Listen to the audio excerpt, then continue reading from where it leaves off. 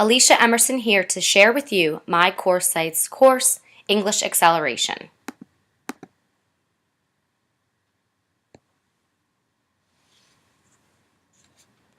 I teach English Acceleration at Smyrna High School, and I view this online website as a way for homebound students or students who miss class to really stay on track. In the future, I'm hoping that maybe it can be used as a distance learning class for students maybe at other campuses.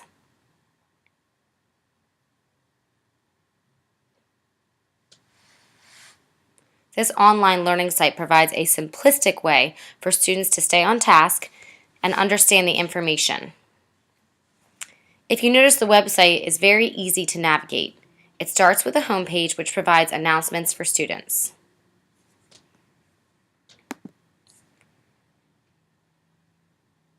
I've tried to make each of the information very easy and accessible. I use multiple dividers and try to explain things in a very simplistic way. The first announcement that students see when they join the course is "Welcome to Online Learning at Smyrna High School. This English Acceleration course will help you to become more successful in English and on the DCAS Smarter Balanced State test. Menu items such as assignments and discussions will be made available at the beginning of the class. I'm looking forward to working with you all." After that, students can view instructor information. This is great because it really provides students the opportunity to put a face with the name.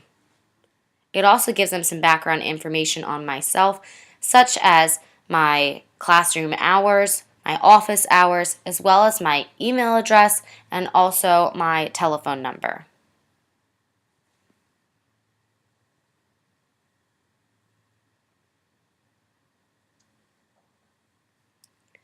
I provided the Common Core student standards for students so that students can really see how the information they're learning is information that applies to all students across the entire state. This is something that all teachers in the state of Delaware use to create their lessons, and I think it's important for students to see exactly where the information is coming from.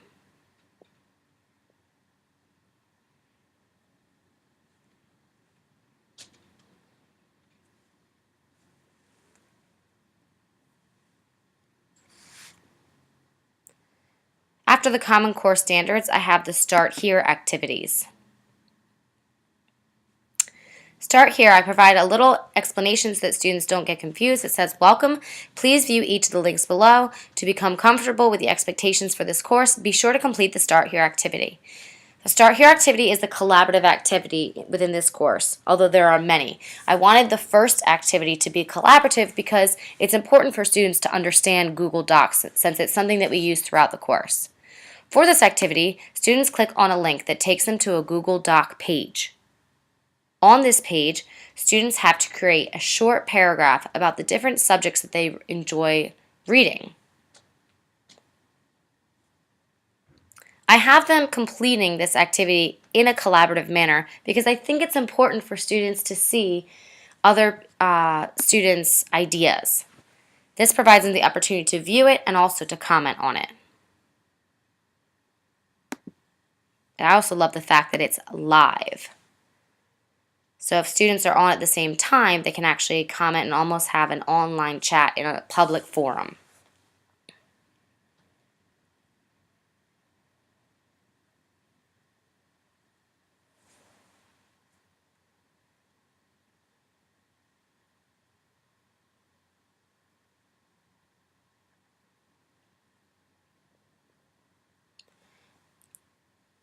In addition, under Start Here, I provided many links to help students get started and get comfortable with the course.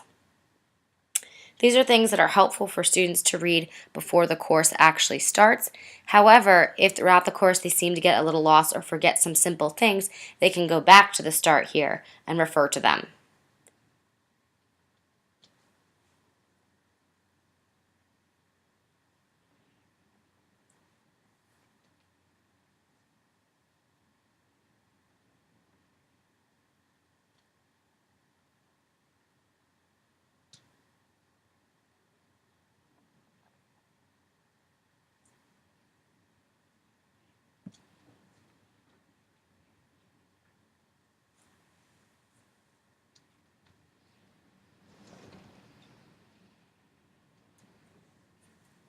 after the Start Here activities, I provided the course syllabus.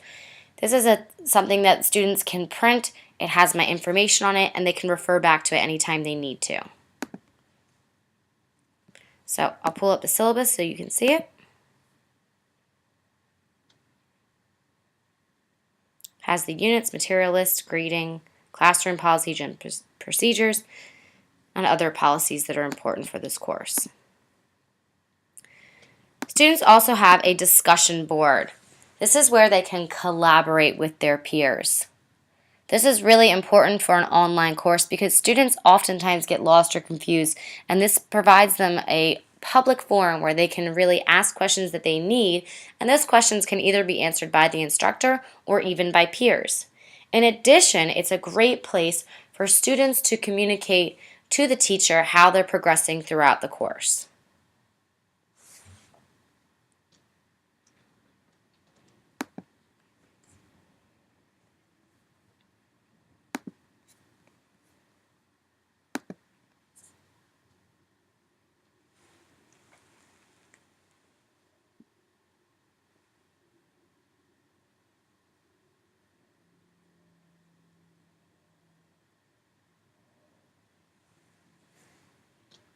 As you can see on the left-hand side, there are other important links to talk about.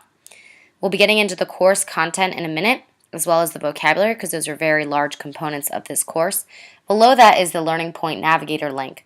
Learning Point Navigator is an external site that I've linked to that we use very often in this course. It's built by the people who create the state test, so it provides activities that students can practice, specifically skill-based. So let's get to that course content.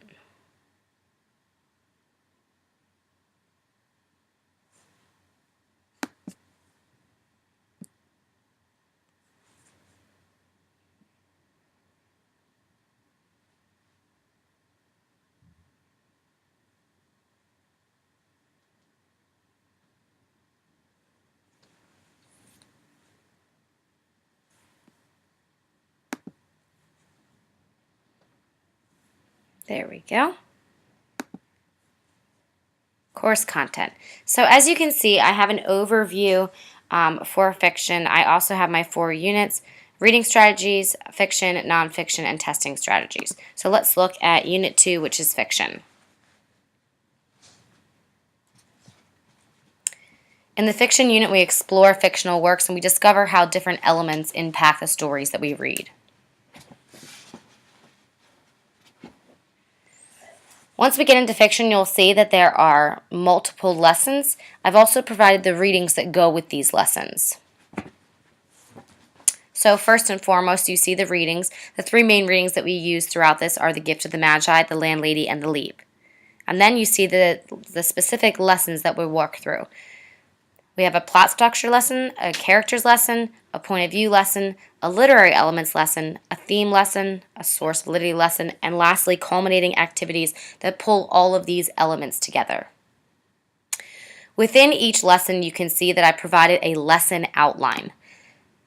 Within the Smyrna School District, we follow a specific outline, which is the EATS lesson plan. E is the essential question, A is the activating strategy, T are the specific teaching strategies, and S is the summarizing strategy.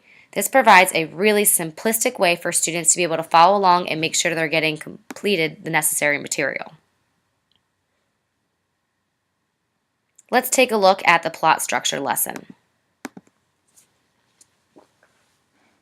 In this lesson, you can see the lesson outline, the note-taking sheet, and then I've actually provided a video. Videos are a great way to show students information that they miss when they're not in class.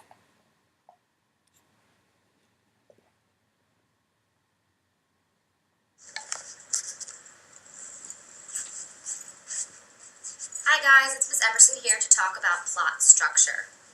Every story follows plot structure, and we refer to it as the blueprint of the story. It begins with the exposition, in which we learn about the characters, the setting, and the main conflict. So that's just a little bit of that, and you can see how students can add to their notes just by viewing that video. I'll show you for a second the culminating activities that we have. Students have a brochure that they complete, as well as they can play a Jeopardy game as practice. Last but not least, I want to show you external resources. Here we have the library. This links to the Smyrna High School Library, where students can look for additional resources that they may need that aren't provided through this specific course.